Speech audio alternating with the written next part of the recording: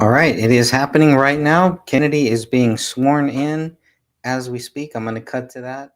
I may be a little bit late, but this is another historic day. This is another great day for this great nation, the greatest nation ever on God's green earth. So happy to be here. So glad to be a part of this moment in history, and we're all a part of it. It is a very, very important day, a very powerful day. So I'm going to cut to some of this of Trump speaking just a few minutes ago. It's on RSBN. There's something on Fox Business. It's everywhere, but here we go. You know what? When they hear that, what do you think they're going to do? They're going to say, "Look what happened to BRICS." They didn't want to talk about it. They don't. They don't even want to admit that they were a member of BRICS. That's what's happened. On your cabinet, sir, we saw Robert F. Kennedy Jr. get confirmed. He's going to come in here and be sworn in. Mitch McConnell has now voted against several of your nominees. He voted against RFK Jr. as the next health secretary, citing conspiracy theories. Which is terrible. What's your reaction to that? Well, I feel sorry for Mitch. Yeah. And I was one of the people that led. He wanted to go to the end and he wanted to stay leader. He's not equipped mentally. He wasn't equipped 10 years ago mentally, in my opinion. He'd let the Republican Party go to hell. If I didn't come along, the Republican Party wouldn't even exist right now. Mitch McConnell never really had it. He had an ability to raise money because of his position as leader, which anybody could do. You could do it even. And that's saying a lot. But the fact is that he raised money and he gave a lot of money to senators. And so he had a little loyalty based on the fact that as leader, you could raise a lot of money. He's got jokes. Senators would call me and they say, he wants to give me 20, 25 million. Can I take it? I'd say, take the money, take the money. But he engendered a certain amount of, I don't even call it loyalty. He, was able to get votes. But I was the one that got him to drop out of the leadership position. So he can't love me, but he's not voting against Bobby. He's voting against me, but that's all right. He endorsed me. Mitch, do you know that Mitch endorsed me, right? Well, he did. You think that was easy? What? He had polio, obviously, and I don't know. I don't know anything about he had polio. He had polio. Are you doubting that he had polio? I have no idea if he had polio. All I can tell you about him is that he shouldn't have been leader. He knows that. He voted against Bobby. He votes against almost everything now. He's a very bitter guy, and we have a very strong party, and he's almost not even really a very powerful member. I'd say he's not he's lost his power, and it's affected his vote.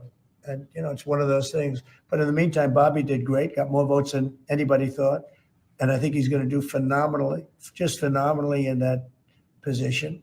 And everybody else likewise did well. Not only well, they got more votes than anybody thought. Tulsi, look at how she did. She did great. Marco got 99 votes. How about that? And Marco got 99 votes. And Marco, by the way, I have to tell you, Marco Rubio's done a fantastic job. He's been a great Secretary of State. They're all doing great. But we're going to have a swearing in today, and maybe we're going to have a second one because I hear we have a couple of them coming up. And the man behind me is doing a fantastic job, Secretary of Commerce. And I think you're going to see something very big come from today's signing. This is going to be a very important signing. Okay. U.S. Steel, sir, can I ask very quickly? You said you'd meet with the head of that company and the Japanese company. U.S. Steel is going to be here, and a lot of the steel companies are coming. I think steel companies, they love what's happening to them. We saved it. If I didn't do the tariffs from my first term, you wouldn't have one steel company here. You wouldn't have one steel. There wouldn't be a steel company alive in the United States. And right now, they're going to be thriving. They're doing very well, but they're going to be thriving. They're going to be coming out. People are going to want to buy those steel companies like crazy. Are you still planning to mediate talks between Nippon Steel and U.S. Steel? Yeah, I don't know. So I'm going to move it up a little bit. I think U.S. Steel right now has all the power. Where Trump is The talking. tariffs have given U.S. Steel a new lease on life. Okay. Thank you all very much. Thank you. Thank you. So, Go, guys. here's he talking. Press conference.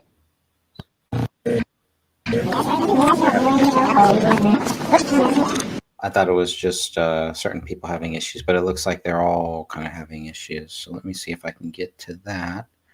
Maybe on another stream. Oh, where is it? Oh, I know. I have it here somewhere. Let me pull it up.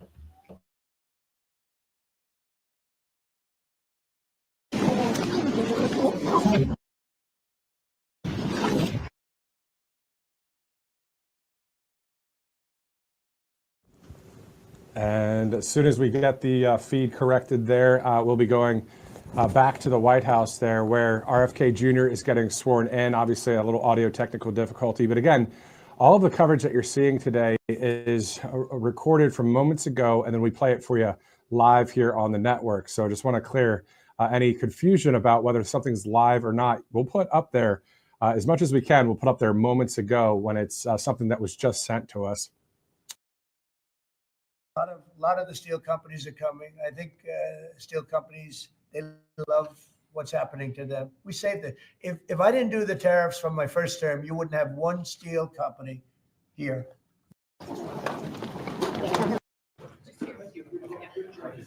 We leave the stage, right? Okay, they're trying to get that feed correct. Yeah, everybody's having the feed issue. It's not just one person. All right, at least that makes sense. It'll come back.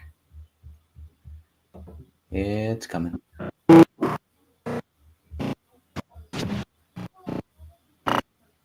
Here they go. Oh, big moment in history, folks. It's official. It's official, y'all.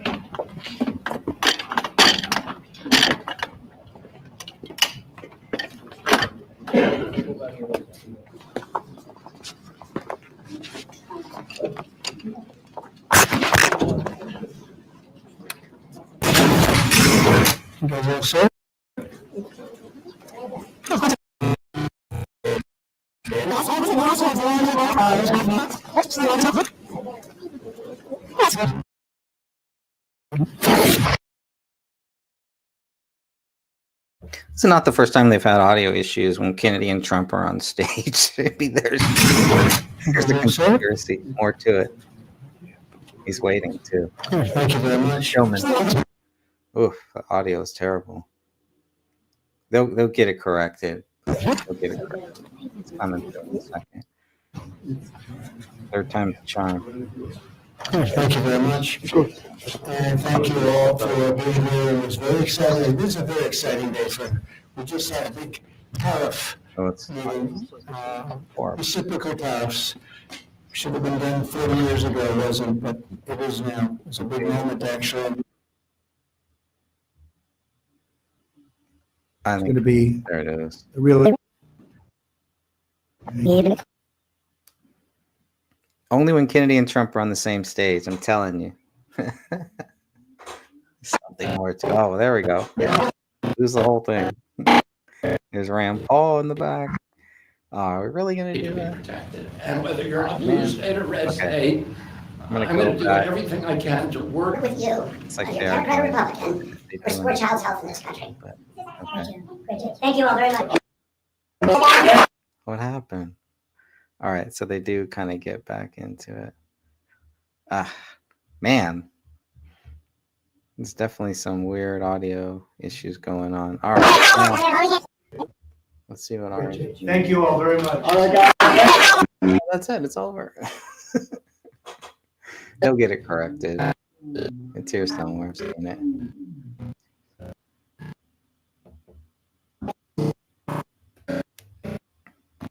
Yeah, they're going back. I'm telling you, I've never seen anything like this. Only when Kennedy and Trump are on stage. It's It's going to be.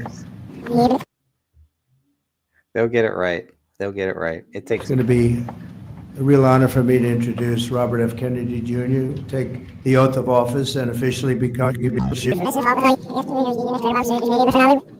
God, come on. Conspiracy. Talk about conspiracies. 20 years ago, it wasn't, but it is now. It's a big moment, actually. It's going to be. Come on, guys. Get this right. They're trying.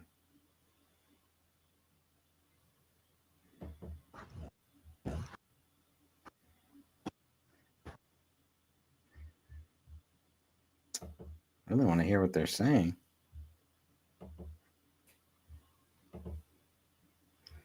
This is ridiculous. Serving his fellow Americans, a great national mission to make America. Reciprocal tariffs Here we go. should have been done 40 years ago, wasn't, but it is now. It's a big moment, actually. See if they can get it right. It's going to be a real honor for me to introduce Robert F. Kennedy Jr., take the oath of office and officially become our Secretary of Health and Human Services. Just as I promised last year, Bobby is going to lead a great national mission to make America healthy again, and he's going to do it. I think he's going to do things that will really make us very proud of this day. Like his father, Senator Robert F. Kennedy, and his uncle, President John F. Kennedy, Bobby has devoted much of his life to serving his fellow Americans in his campaign for president, and he was a very tough competitor. I did not like it at all. I said, let's get him on my side. But in his campaign for president in 2024, Bobby brought together a coalition of supporters across party lines, and he really worked very hard, and he had tremendous support, unbelievable support. And I think a lot of that support came my way when we decided to do a little merger, and it was really great. And it was very loyal, incredible people. They believe in him so strongly. Amen. Because he's a fierce advocate for the health of our children and for the values of free speech, democracy, and peace.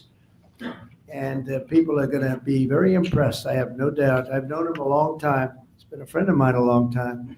Perhaps most importantly, though, Bobby created a nationwide movement made up of millions and millions of mothers and fathers and young people and concerned citizens of every background who want to end this horrible chronic disease crisis that exists in America. He's absolutely committed to getting dangerous chemicals out of our environment and out of our food supply and getting the American people the facts and the answers that we deserve. After years in which our public health system has squandered the trust of our citizens, and they really have. They don't trust us. They don't trust anybody, frankly. They've gone through hell. There's no better person to lead our campaign of historic reforms and restore faith in American health care.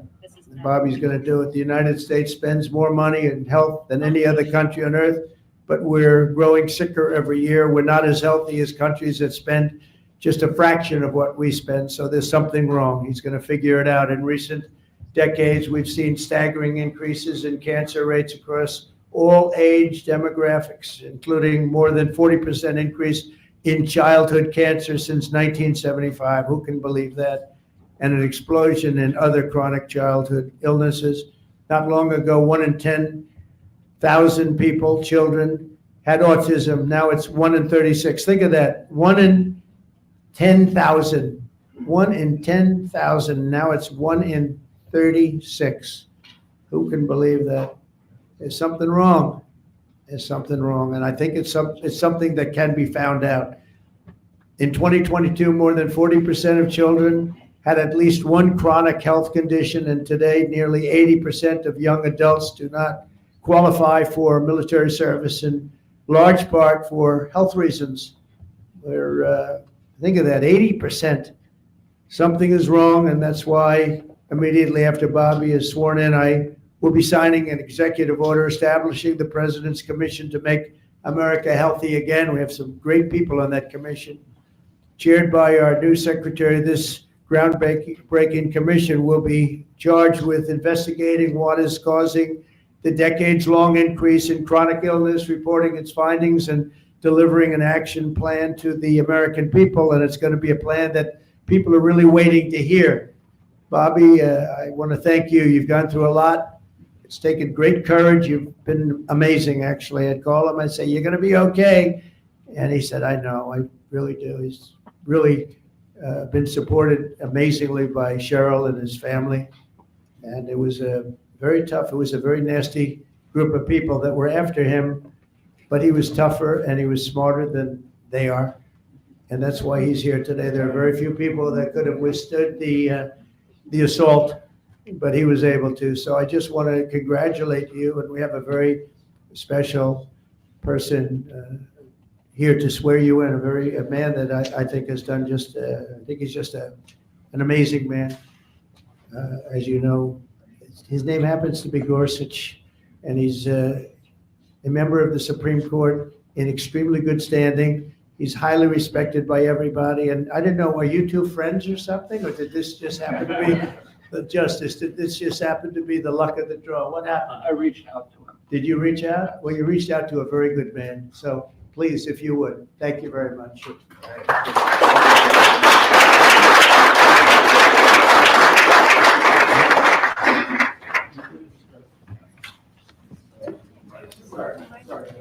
Oh, this has to be done first. I'm going to make this a good one, right?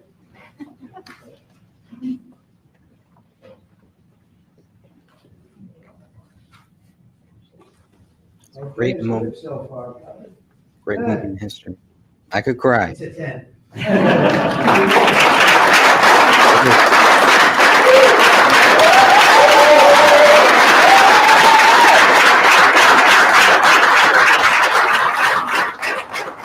Please.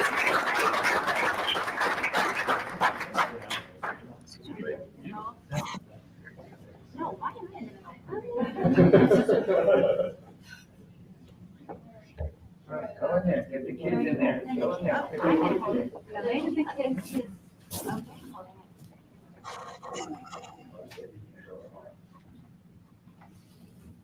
Over here, please.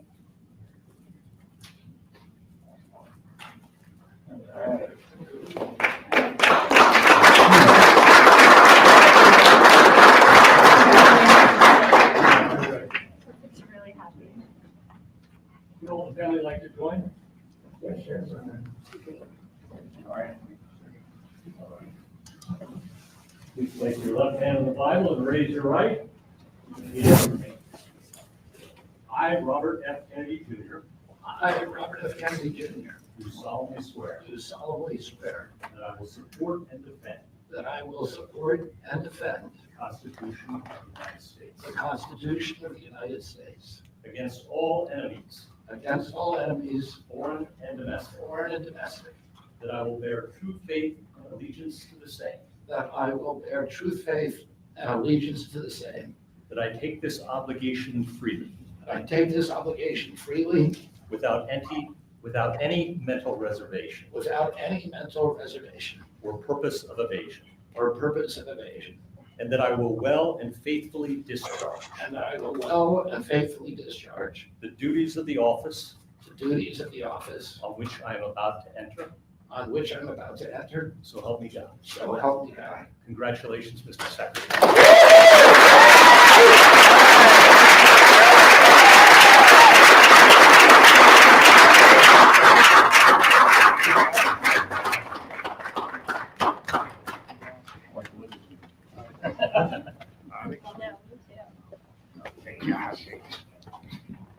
I want to begin by thanking President Trump for giving me this extraordinary opportunity. And I want to introduce my family and thank them for being here.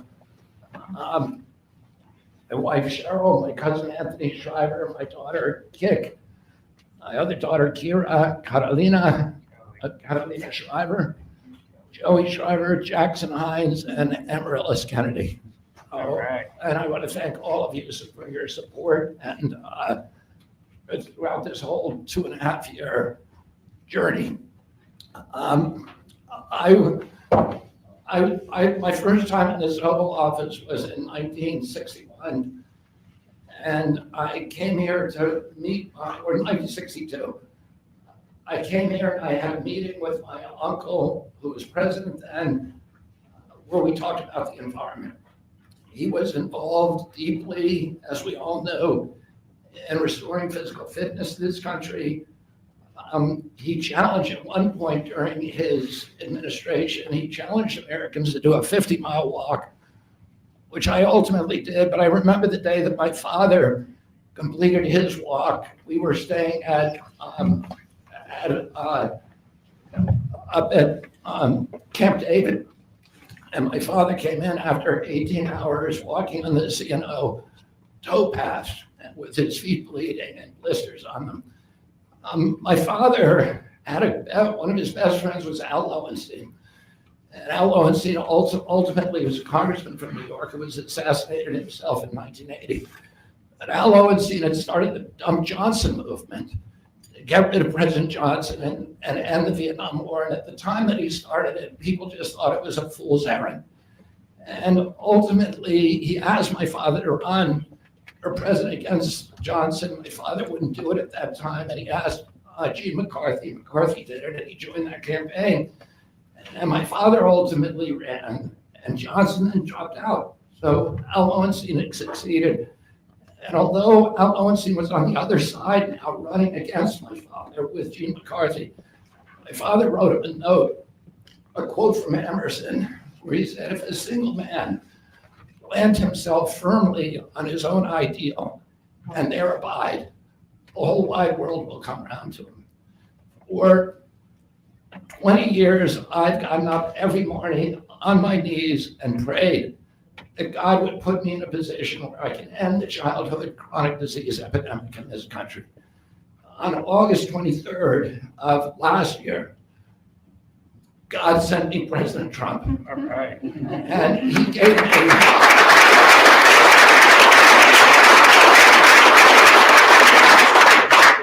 he's now given me, he's kept every promise that he's made to me. He's kept his word in every account and gone way beyond it. I'm so grateful to you, Mr. President. A lot of people told me that I couldn't trust President Trump. I better get it in writing. And we did a handshake, and everything that he told me he was going to do, he has done. Right. And I'm so grateful to him. And I've told you before, I genuinely believe that you are a pivotal historical figure, and you are going to transform this country at a time when we see all of the indicia of democracy now in tatters in our country. We see the rise of the military-industrial complex, the rise of totalitarianism, these attacks on our Constitution, and this breathtaking epidemic that is disabling our people. President Trump has promised to restore the American dream in this country. A healthy person has 1,000 dreams. A sick person only has one. 60% of our population has only one dream, that they get better. President Trump has promised that he's going to restore America's strength. But we can't be a strong nation if we have a weak citizenry. If people are sick, 60% of our people are sick, 77%, as President Trump mentioned, our children cannot qualify for military service. And we need a man on a white horse now. We need somebody who is willing to come in and has the spine and the guts and the strength to challenge orthodoxies, to stand in the way of vested interests, and to break institutions that have turned against our democracy. President Trump has shown again and again that he is that hero. And most recently, I greatly appreciate, and I called you the day that you announced the termination of USAID. My uncle started USAID in 1961 for humanitarian purposes, to put our country on the side of the poor. It has been captured by the military-industrial complex. It has become a sinister propagator of totalitarianism and war across the globe. And very few people understand how sinister this agency really is. And President Trump saw that, and he stood up to it with a masterstroke. And we want to do the same thing with the institutions that are stealing the health of our children. We need a revolutionary figure, and you are that figure, and I'm very grateful for you for giving me this opportunity. I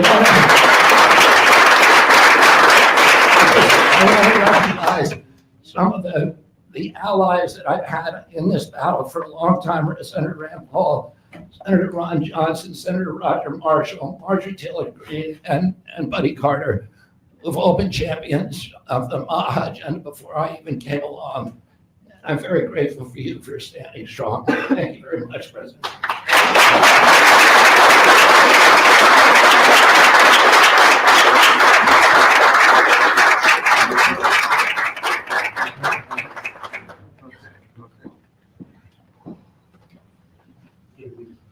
Mr. Secretary, if I could ask, what plans do you have immediately at HHS now that you're sworn in, sir? He's going to be running it. He's going to do a great job. What would you like to That's my see plan. first? Going to find out a lot of secrets that have been maybe kept from us, but he's going to come up with some solutions to some big problems, self problems. I think he's going to go down in the record books. I really have confidence. This group has great, even Rand has confidence.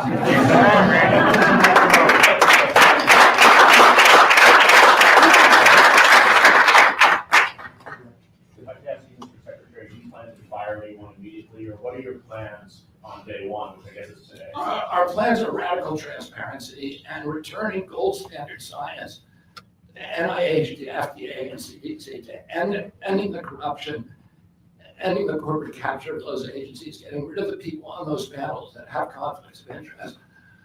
We can do unadored and unimpeded science rather than the kind of product that is coming out of those agencies today.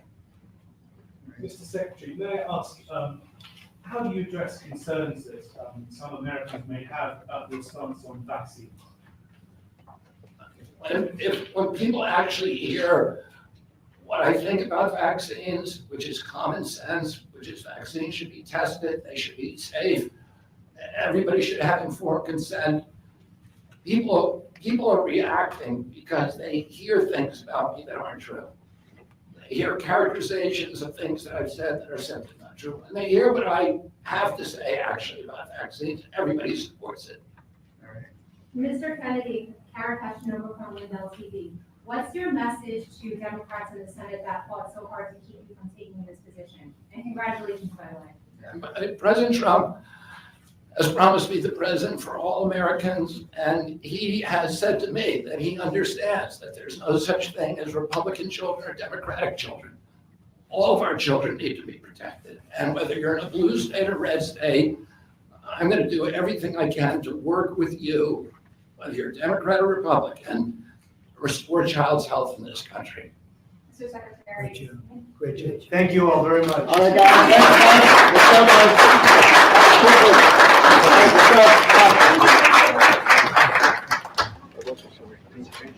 Thank you.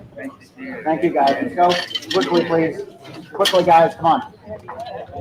It's nice to see Senator Rand Paul there too. He was a big Senator Rand Paul will be a future president, no doubt in my mind. This is amazing. This is a great day for America.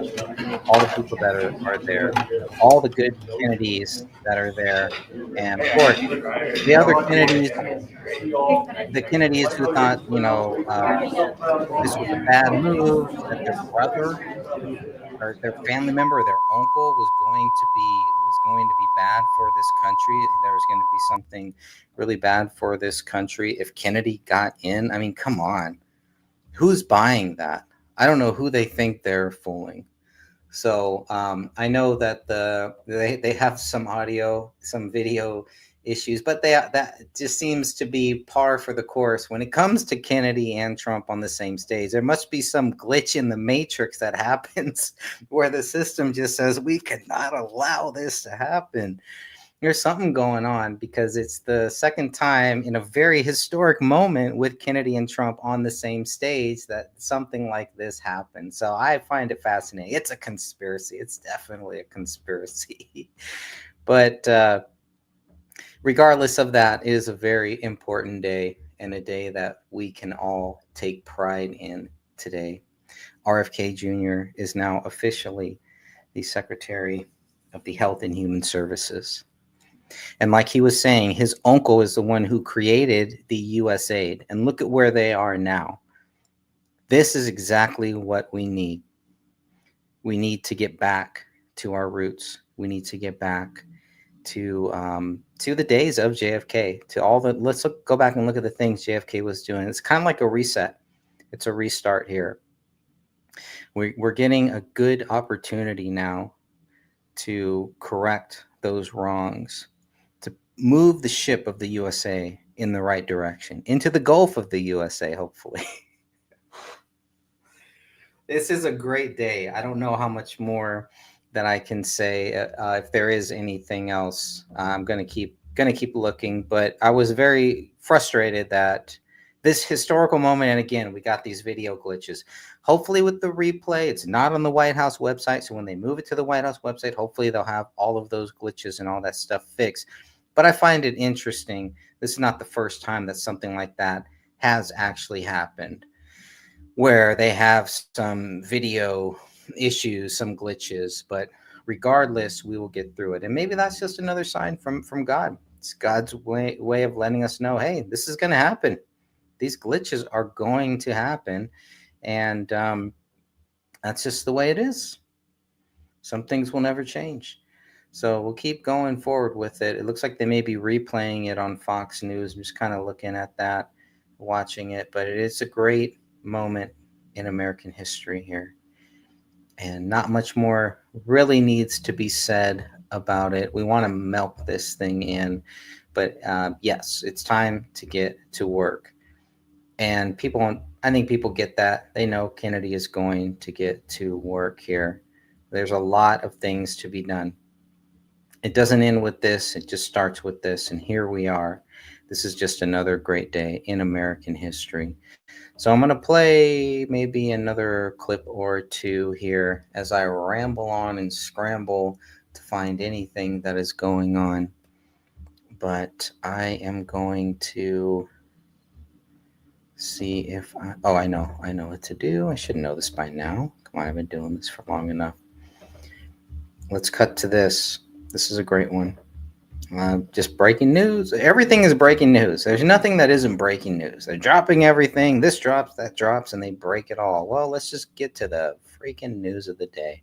We are there. RFK Jr. has been confirmed by the full Senate as the HHS secretary. We're watching on the right side of our screen, and we have moved into that position now with another cabinet member in place for President Trump. And senior correspondent on Congress, Chad Pergram, is with me now. So, Chad, it was just a couple minutes before I saw you last time. This went quickly. Yeah, and sometimes the waiting is the hardest part here on Capitol Hill, as Tom Petty might say. They sat on 50 votes for quite a while. We didn't think that there was going to be a problem confirming RFK Jr. as the Secretary of Health and Human Services. But Rick Scott, the Republican senator from Florida, he came in and voted yes, and that pushed it over the edge. And immediately after him, Peter Welch, the Democratic senator from Vermont, he came in and voted no. This is a party line vote except for one vote. Mitch McConnell, the former Republican leader from Kentucky, he voted no. He was also the only nay yesterday on the Director of National Intelligence, Tulsi Gabbard. I should note what's interesting here with McConnell is that he voted to break a filibuster on both nominees. Sometimes you have a senator say, okay, let's just get to the end of this process. I oppose the issue. I oppose the bill. I oppose the nominee, but I'm not going to hold it up. Sometimes they will try to hold it up as much as they can. Mitch McConnell did not have the votes on his side. We're waiting to see if there's a statement here from Mitch McConnell. I notice when he puts out statements in favor of the nominees that he supports, that he does so in a full-throated fashion. He says, it is my pleasure to support so-and-so. But he had some grievances with Pete Hegseth, the defense secretary. He had grievances with Tulsi Gabbard, and he has, not held back when he has indicated why he voted against them. And remember that Mitch McConnell suffered from polio as a child and has really had some reservations about this nominee because of his past statements. I'm just going to pause that for a second because we have it here where the vote right there is 51 to 48. Okay. 51 to 48. Okay. I was wondering why it said 47, but now it's saying 48. Okay. But so then there was still one person that did not vote. This may have been a little bit in the past too. I want to see the full numbers. I want to see the full numbers of them. It's out there. I'll find it. I'm jumping the gun here. I'm multitasking, not doing the best job. I want to go back a little bit. I'm going to go back to what he's saying. I don't know who this guy is, but it's pretty good. Yesterday on the Director of National Intelligence, Tulsi Gabbard. I should note what's interesting here with McConnell is that he voted to break a filibuster on both nominees.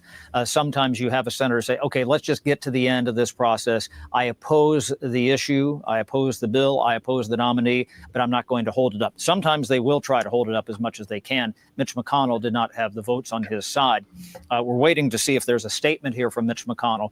I notice when he puts puts out statements in favor of the nominees that he supports, that he does so in a full-throated fashion. He says, it is my pleasure to support so-and-so, but he had some grievances with Pete Hegseth, the defense secretary. He had grievances with Tulsi Gabbard, and he has, not held back when he has indicated why he voted against them. And remember that Mitch McConnell suffered from polio as a child and has really had some reservations about this nominee because of his past statements on vaccines. Once they get through this confirmation, they are not done yet.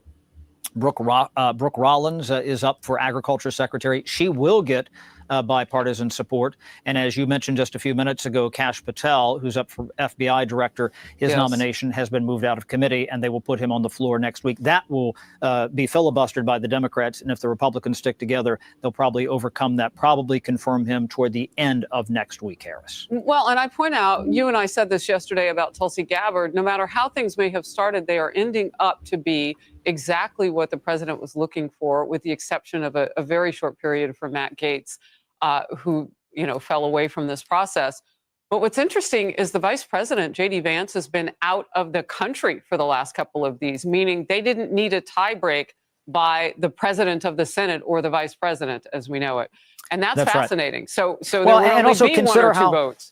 Yeah, and also consider how rare that is to have a vice president be necessary to break a tie on a nomination for the cabinet. We've had them for lower tier persons, but that had never happened before until it was the confirmation vote of Betsy DeVos in 2017. And Vice President Pence came and broke that tie. Vance had to be here to break the tie for Pete Hegseth a few weeks ago in late January. Not the last couple. They didn't think because otherwise he would have been here. Absolutely. All right, Chad Pergram on the breaking news on Capitol Hill. We have a new secretary of HHS. Thank you very much for the reporting.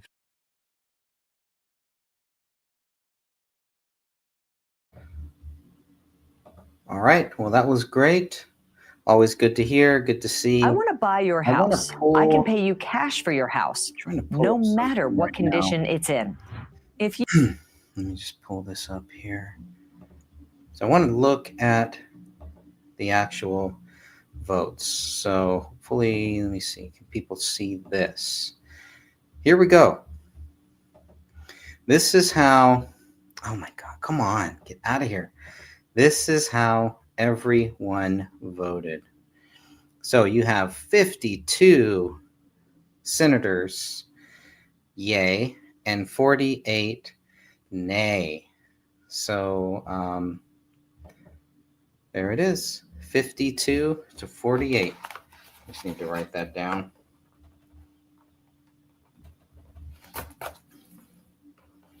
(52 to 48). The only no vote on the Republican side, Mitch McConnell. What does Mitch know that we don't about Kennedy? What is Mitch's issue with Kennedy? Fetterman, I really thought Fetterman was going to vote for Kennedy. I really thought Fetterman was going to do it.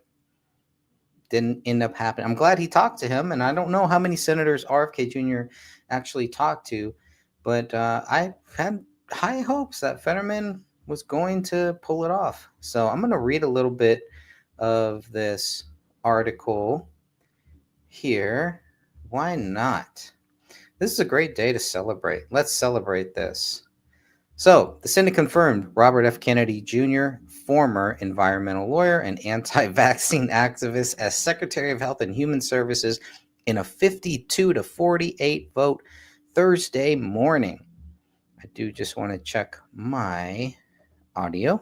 Audio's good.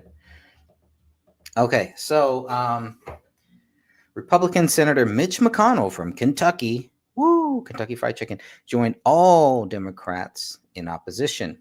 The position oversees Medicare, Medicaid, and the Affordable Care Act response to epidemics and approval to vaccines. Well, I guess they're not going to want to pull off another COVID, because now we got somebody in charge who is going to actually trust the science. And that means look at the science. And that means debate the science, not just believe what certain people want you to believe about certain science while discounting other scientists and other doctors.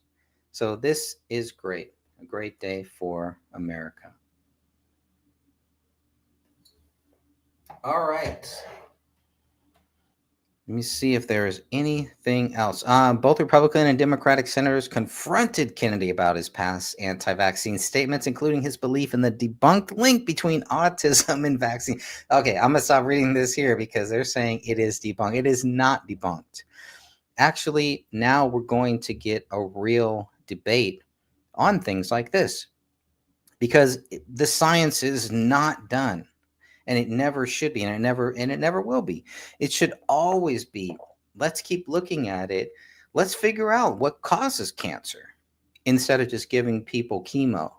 Let's figure out what is causing all of the chronic diseases in this country instead of just saying, let's just hook them up with a doctor that is just going to give them pills and then charge them for that.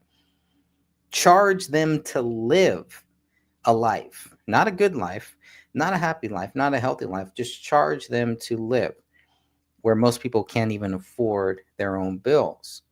And all of a sudden they're expected to afford these medical bills, which are outrageous. Doesn't even talk about, doesn't include any of the people that are here getting free healthcare, free medical care. We're not even talking about those people.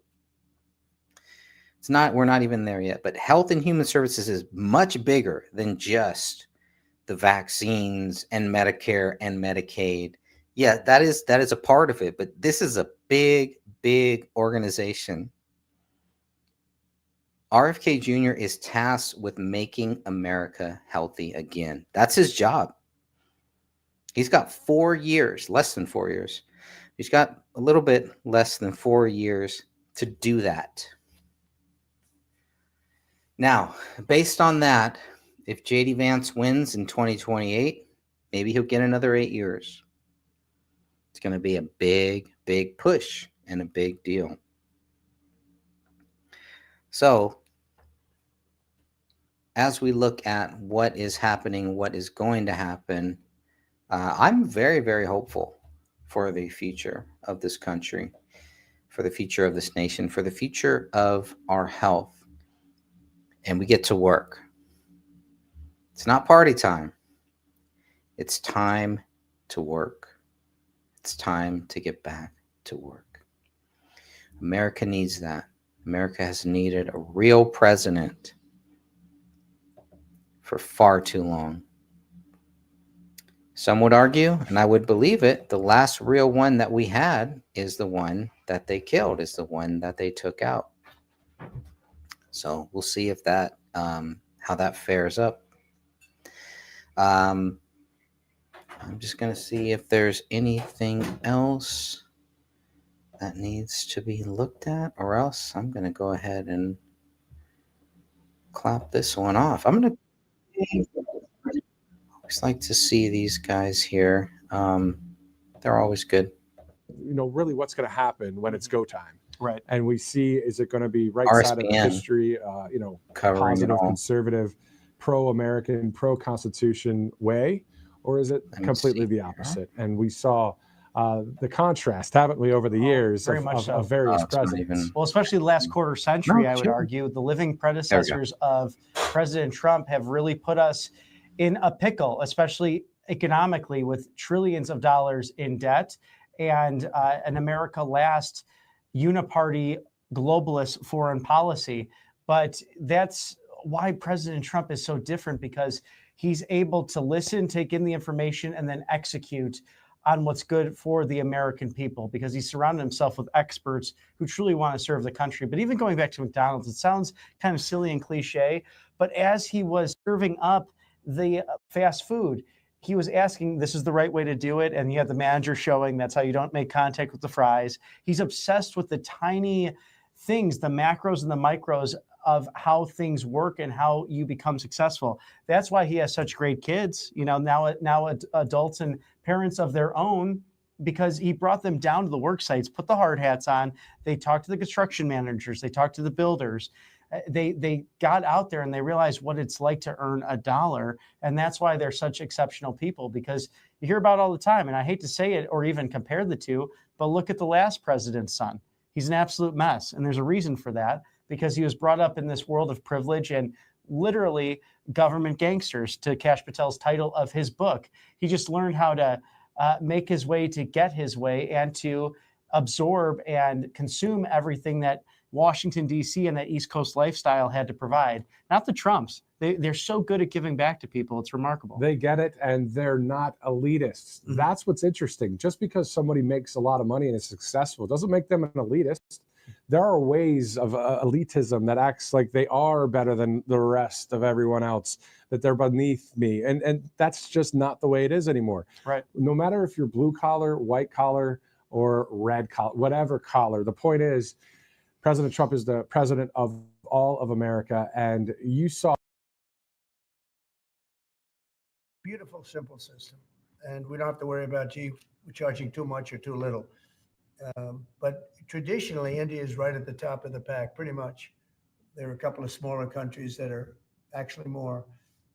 But India is a they charge tremendous tariffs. I remember when Harley Davidson couldn't sell their motorbikes into India because of the fact that India, the tax was so high, the tariff was so high. And Harley was forced to build, I guess they built, I don't know, that was a while ago, but I think they built a factory in India in order to avoid paying the tariffs. And that's what people can do with us. They can build a factory here, a plant or whatever it may be here. And that includes the medical, that includes cars, that includes chips and semiconductors, that includes everything. If you build here, you have no tariffs whatsoever. And I think that's what's going to happen. I think our country is going to be flooded with jobs. What should consumers expect? Are prices going to go up short-term, Well, long-term? not necessarily. I mean, not necessarily, but I'll tell you what will go up is jobs. The jobs will go up tremendously. We're going to have great jobs for everybody. This is something that should have been done many years ago. China did it. I mean, China did it at a level that probably nobody's ever seen before. If you manufactured a car, you couldn't send it into China. The tariff was so high. So everybody went and they built in China. It was no big secret. So we're going to see, but it's going to mean tremendous amounts of jobs. And ultimately, prices will stay the same, go down. But we're going to have a very dynamic country. But if prices go up, Mr. President, because of these tariffs, who do you think voters should hold responsible? Oh, I think what's going to go up is jobs are going to go up. And prices could go up somewhat short term, but prices will also go down. And I think the farmers are going to be helped by this very much because product is being dumped into our country and our farmers are getting hurt very badly by the last administration. The last administration hated our farmers, like at a level that I've never seen before. I think our farmers are going to be helped. Jobs are going to be helped, but our farmers are going to be helped. Our manufacturers are going to be helped. And again, if somebody wants to come in, including the car companies, if they want to come in and build car plants, they'll do it without tariffs. And therefore, prices won't go up